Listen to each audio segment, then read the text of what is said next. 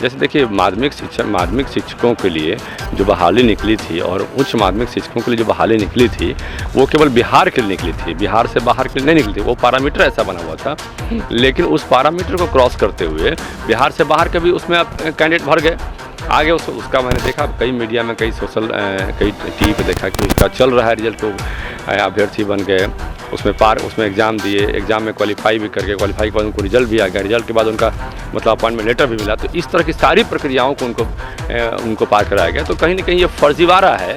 बिहार में शिक्षक नियुक्ति को लेकर पहली फेज की बहाली पूरी कर ली गई है। ऐसे में अभ्यर्थी लेकिन इसको लेकर सवाल उठा रहे हैं। अभ्यर्थियों का यह साफ कहना है कि जो नियुक्ति हुई है उसमें कई सारी गड़बड़ियां हैं। ऐसे में नियोजित शिक्षकों के शामिल होने की खबरें सामने निकल के आ रही है। 28,000 से ऊपर संख्या बताई जा रही है।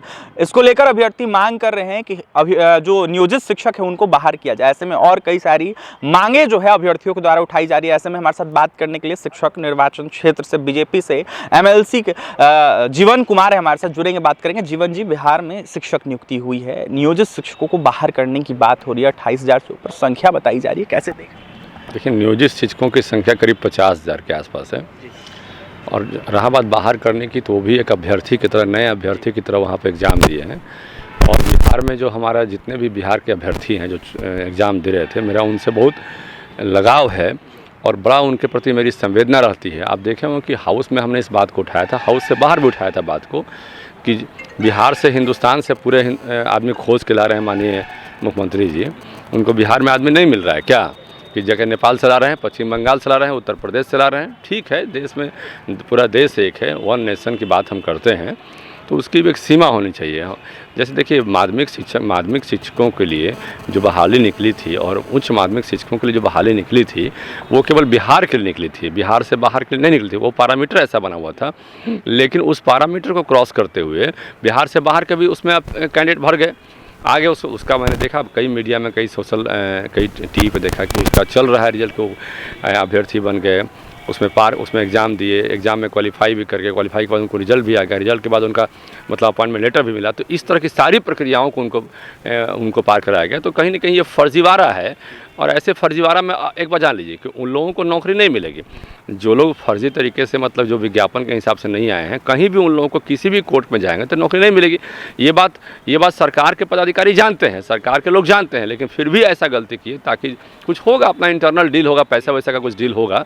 अभी तो हम सुनने में आया कि 20-20 लाख लिए हैं, 25-25 लाख लिए हैं। क्या मामला है, कितना मामला है, तो पूरा जानकारी नहीं है, लेकिन कुछ लोग बोलते हैं कि डील बहुत लंबा हुआ है, इसमें हज़ारों करोड़ का डील हुआ। चूँकि चुनाव का समय है, इलेक्शन फंडिंग की उसमें बात हुई है। अब बाद में क्या होगा नहीं होगा वो तो भगवान जानता है। और रही बात बिहार के अभ्यर्थियों का, तो हम तो हमेशा से मांग करते रहे हैं कि बिहार में डोमिसाइल लागू होना चाहिए ताकि बिहार के बच्चों के साथ, बिहार के अभ्यर्थियों के साथ न्याय हो। और नियोजित शिक्षक जीवन जी बच गए हैं, वो कह रहे हैं कि हमें राजकर्मी का दर्जा दिया जाए बिना परीक्षा। देखिए, ऐसा है कि नियोजित जो शिक्षक हैं वो तो पहले से भी काफ़ी परीक्षा, BEd हैं, CTET हैं, BTET हैं, बहुत लोग मतलब कि सारे एग्ज़ाम, दक्षता परीक्षा पास किए हैं। तो कई परीक्षा तो पास किए ही हैं वो। अब बहुत सारी परीक्षाओं को पास करने के बाद आप उनको मतलब कि अभी तक सस्टेन किए हुए हैं, तो मेरा ये कहना है कि उनके साथ न्याय होना चाहिए। और देखिए, पहले सरकार ने कहा कि उनकी परीक्षा लेंगे BPSC से, तो मैंने उसको बाहर करवाया। बोला कि नहीं, ये तो गलत बात है ना भाई, आपने उनको BPSC की तरह उनका डिपार्टमेंटल एग्ज़ाम लीजिए। मैं डिपार्टमेंटल एग्ज़ाम का ही तैसी था कि डिपार्टमेंटल एग्ज़ाम उनसे लेना चाहिए और उसको पास करने के हिसाब से आप डिपार्टमेंटल एग्ज़ाम लीजिए कि भाई डिपार्टमेंटल एग्ज़ाम लेके पास कर दिए उनको। सप्लीमेंट्री रिजल्ट की मांग हो रही है, अभ्यर्थी अब सप्लीमेंट्री रिजल्ट की मांग कर रहे हैं, जल्द से जल्द जारी किया जाए, क्योंकि काफ़ी फर्जीवाड़ा का आरोप लग रहा है। बिल्कुल, सरकार में हम तो समझते हैं कि जितने भी डॉक्यूमेंट्स हैं उसमें मैक्सिमम डॉक्यूमेंट्स ऐसे हैं, जो हम लोग को जानकारी प्राप्त हुआ कि मैक्सिमम डॉक्यूमेंट्स में फर्जीवाड़ा हुआ है, पैसों का बड़ा खेल हुआ है। अब सच्चाई क्या है तो जांच करने पर आएगा। इसमें जो कोई बड़ी कमेटी के, रिटायर्ड जज की कमेटी या फिर CBI या जो कोई बड़े पदाधिकारी लगेंगे, तब जाकर दूध का दूध पानी का पानी होगा। लेकिन फर्जीवाड़ा तो पूरा दिख रहा है, पूरा हिंदुस्तान में दिख रहा है फर्जीवाड़ा हुआ है। और बिहार के लोगों के साथ न्याय होना चाहिए। जो बिहार के अभ्यर्थी एग्ज़ाम दिए हैं उनके साथ बिल्कुल न्याय होना चाहिए और उनको जो है उनके साथ एकदम अन्याय नहीं होना चाहिए। क्योंकि बिहार के अभ्यर्थी बहुत लंबे समय से रोड पर थे और एग्ज़ाम के लिए बात कर रहे थे। अब जब एग्ज़ाम लेने की बात आई, 1,20,000 एग्ज़ाम की बात आई, तो उसमें आपने धांधली कर दिया, फर्जीवाड़ा कर दिया। और हिंदुस्तान के बाहर से आदमी, मतलब हिंदुस्तान के बाहर से आदमी खोज के लाया। नेपाल क्या हुआ, नेपाल से खोज के लाया तो हिंदुस्तान के बाहर है ना है। तो वहाँ से भी खोज के लाया आदमी अपने। और सुनिए, और से बाहर से आदमी खोज के लाया ना, खोज के लाया आदमी को, उसका यहाँ पे डॉक्यूमेंट डोमिसाइल पता नहीं कैसे कैसे क्या हुआ नहीं हुआ, सब तो सोशल मीडिया में देखा मैंने। अभी मैंने देखा कि रोस्टर में भी घोटाला हुआ, जैसे जितना मांझी जी ने, आप देखिए कि पूर्व मुख्यमंत्री ने आरोप लगाया कि रोस्टर में घोटाला हुआ है, तो वो घोटाला कैसे हुआ आप समझिए। बिहार से बाहर के जो लोग थे, जो जनरल कैटेगरी में आते थे, उनको यहाँ पर फर्जी डॉक्यूमेंट्स बना के उनको यहाँ एग्जाम दिलवाया गया, कई ऐसे लोग को एग्जाम दिलवाया गया, ये भी काफ़ी दिखाई पड़ा। तो इन सब चीज़ों के पीछे है कि भाई बिहार के लोग पे आपकी चेतना क्यों जगती है, बिहार के लोगों से आपको क्यों लगाव नहीं है, बिहार के अभ्यर्थियों से आपकी क्यों लगाव नहीं है। खासकर बिहार के जो नियोजित शिक्षक, लंबे समय से हम मांग करते हैं कि जितने भी नियोजित शिक्षक हैं उनको राजकर्मी का दर्जा मिलना चाहिए। और अब एग्जाम लेने की क्या बात है भाई, जब सारे एग्जाम दे ही चुके हैं तो अलग से एग्जाम देने का कोई मतलब नहीं बनता। अब का फॉर्म आ गया है, इसमें काफ़ी अभ्यर्थियों को परेशानी हो रही है, अभ्यर्थी सवाल उठा रहे हैं। जिन अभ्यर्थियों का 37 वर्ष उम्र हो गया है उनको अप्लाई करने का मौका नहीं दिया जा रहा है, इसको लेकर भी सवाल उठा रहे हैं, परेशानियां दूर करने की मांग कर रहे हैं। क्या अभ्यर्थियों के समर्थन में जीवन कुमार? देखिए बिहार के अभ्यर्थियों के साथ हमारा हमेशा मांग रहता है, और आखिर बिहार के अभ्यर्थी जाएँ तो कहाँ जाएँ। लंबे समय से आपने कहा कि हम नौकरी देंगे, कई बार तो आपने नौकरी का रिजल्ट भी जारी किया, बोला कि हम नौकरी दे रहे हैं, वेटिंग फॉर पोस्टिंग का रिजल्ट जारी किया, लेकिन जब नौकरी देने की बारी आई तब एक नया नियम लगा दिया आपने। तो कई तरह की जो चीज़ों को झेलना पड़ रहा है, तो इससे निजात सरकार को देना चाहिए। हम चाहते हैं कि सरकार इसमें अपना स्पष्ट स्टैंड ले और बिहार के अभ्यर्थियों के साथ न्याय करे। ट्री 2 को लेकर अवधि बढ़ाने की बात हो रही है, अभ्यर्थी कह रहे हैं कि जनवरी और फरवरी में एग्जाम लिया जाए, क्योंकि समय कम है, क्योंकि ट्री 1 लिया गया है, जो अभ्यर्थी चयनित नहीं हुए वो ट्री 2 में शामिल होने की बात कर कह रहे हैं समय कम है, इसलिए हमें समय दिया जाए और जनवरी फरवरी में जो एग्जाम लिया जाए, इसकी मांग कर रहे हैं। देखिए सरकार को जल्दीबाजी है, सरकार इलेक्शन मोड में है, सरकार को मतलब कि एग्ज़ाम से मतलब नहीं है। आप देखें होंगे कि चुनाव के बाद हम लगातार जो है क्षेत्र में रहे और लगातार सरकार से मांग करते रहे। 13 जुलाई का वो आंदोलन भी आपको याद होगा भाजपा का, जिसके चलते कि आज सरकार को दबाव में आना पड़ा, और दबाव में आकर सरकार जो है ये निर्णय ली कि भाई हम बीपीएससी जितने भी नियोजित शिक्षक हैं और जितने भी अभ्यर्थी हैं उनके लिए एग्जाम लेंगे, और बीपीएससी के माध्यम से अब जितने भी नियोजित शिक्षक हैं उनको राजकर्मी का दर्जा का एक प्लेटफॉर्म देंगे। और उसके बाद डिपार्टमेंटल एग्जाम की बात कही गई। तो कहीं ना कहीं भाजपा के द्वारा जो दबाव बनाया गया, सरकार उसके दबाव के चलते निर्णय ली, और ये बहुत खुशी की बात है। चलिए चाहे दबाव हो चाहे कुछ भी, निर्णय तो लिया आपने भाजपा के दबाव को माना, अपने आंदोलन को तो मतलब समर्थन किया। एक तरह से हमारे आंदोलन को उन्होंने समर्थन किया। हमारे आंदोलन में हमारे कई शिक्षक साथी भी घायल हुए, कई लोग ऐसे हुए जिनका नाम नहीं बता सकते हैं हम, कई लोग ऐसे हैं चूँकि वो सब उसमें चिट्ठी निकाल देगा तो बर्खास्त कर देंगे, तो नाम बता नहीं सकते हम।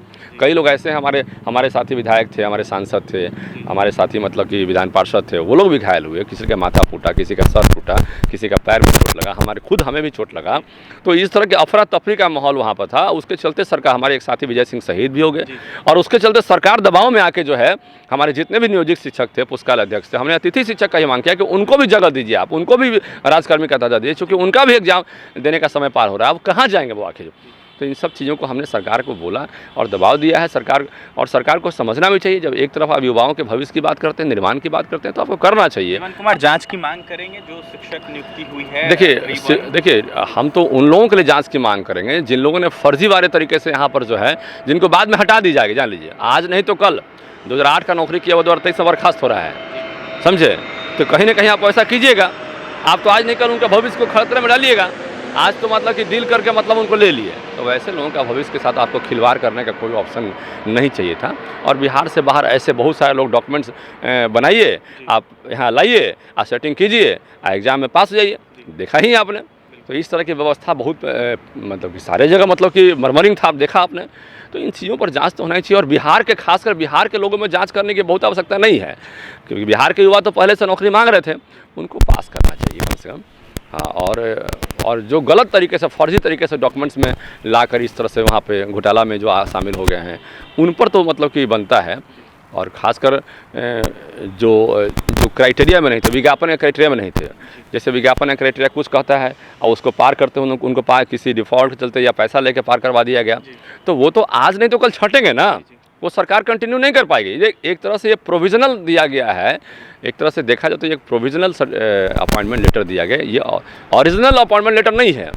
तो बिहार के लोगों को सरकार को ओरिजिनल अपॉइंटमेंट लेटर देना चाहिए, और जो फर्जीवाड़ा हुआ है उसमें उसकी जांच भी करनी चाहिए। बिहार के नियोजित शिक्षकों के साथ खासकर पुस्तकालय अध्यक्ष हैं और खासकर जो अतिथि शिक्षक हैं उनके साथ तो बिल्कुल न्याय करना चाहिए। अभी तक उनके साथ कोई न्याय नहीं हुआ है, तो वो न्याय की मांग करते हैं। अतिथि शिक्षक हमारे, पुस्तकालय अध्यक्ष हमारे नियोजित शिक्षक मांग करते हैं, हमारे बिहार के अभ्यर्थी न्याय की मांग कर रहे हैं, तो उनके साथ न्याय करिए। आप सरकार से मांग करते हैं, उनके साथ न्याय कीजिए आप। देखिए, न्याय की मांग कर रहे हैं जीवन कुमार बीजेपी एमएलसी, ऐसे में फर्जीवाड़ा का आरोप लगा रहे थे सीधा शिक्षक बहाली पर। ऐसे में जो बाहर के अभ्यर्थी शामिल हुए हैं उनके डॉक्यूमेंट भी सही नहीं थे, लेकिन उनको नौकरी दे दिया गया, काफी गड़बड़ी हुई है। ऐसे में इसकी जांच की मांग कर रहे हैं। तो वहीं जीवन कुमार जो कि बीजेपी एमएलसी, उनका यह साफ कहना था कि शिक्षकों के हित में सरकार काम करे, सेकेंड फेज की बहाली को लेकर सरकार काम करे, तो वहीं जांच कर कहीं ना कहीं फर्जियों को बाहर करे। अतिथि शिक्षकों को लेकर क्या कुछ कह रहे थे शिक्षक निर्वाचन क्षेत्र से आने वाले बीजेपी एमएलसी जीवन कुमार, आपने सुना है। और भी तमाम खबरों के लिए NBC 24 के साथ बने रहे पटना से सहयोगी मित्र के साथ अभिषेक रिपोर्ट।